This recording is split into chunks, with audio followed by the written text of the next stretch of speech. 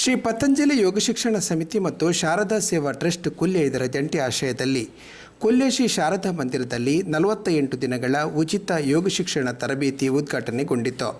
ಕೊಲ್ಯ ಶ್ರೀ ಶಾರದಾ ಸೇವಾ ಟ್ರಸ್ಟಿನ ಅಧ್ಯಕ್ಷರಾದ ಮೋಹನ್ ಶೆಟ್ಟಿ ಕೊಂಪಲ ಯೋಗ ಶಿಕ್ಷಣ ತರಗತಿಗೆ ಚಾಲನೆ ನೀಡಿದರು. SPYSSನ ನಗರ ಸಂಚಾಲಕ ಸುಂದರ ಉಳ್ಳಾಲ್ ಪ್ರಸ್ತಾವನೆ ಕೈತರು. ಅಧ್ಯಕ್ಷತೆಯನ್ನು ಸಮಿತಿಯ ಜಾಲತಾಣ ಪ್ರಮುಖರಾದ ಪ್ರಿಯಾ ವಹಿಸಿದ್ದರು.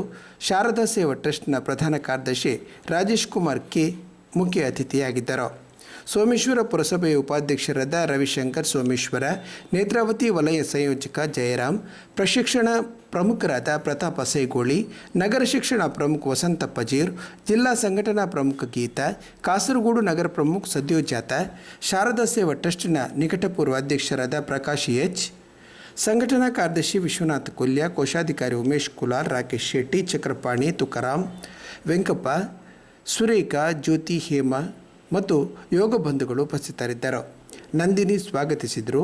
ನವೀನ್ ಉಚ್ಚಿಲ ವಂದನಾರ್ಪಣೆ ಇದ್ದರು. ಮೋಹಿನಿ ಕಾರ್ಯಕ್ರಮ ನಿರೂಪಿಸಿದರು.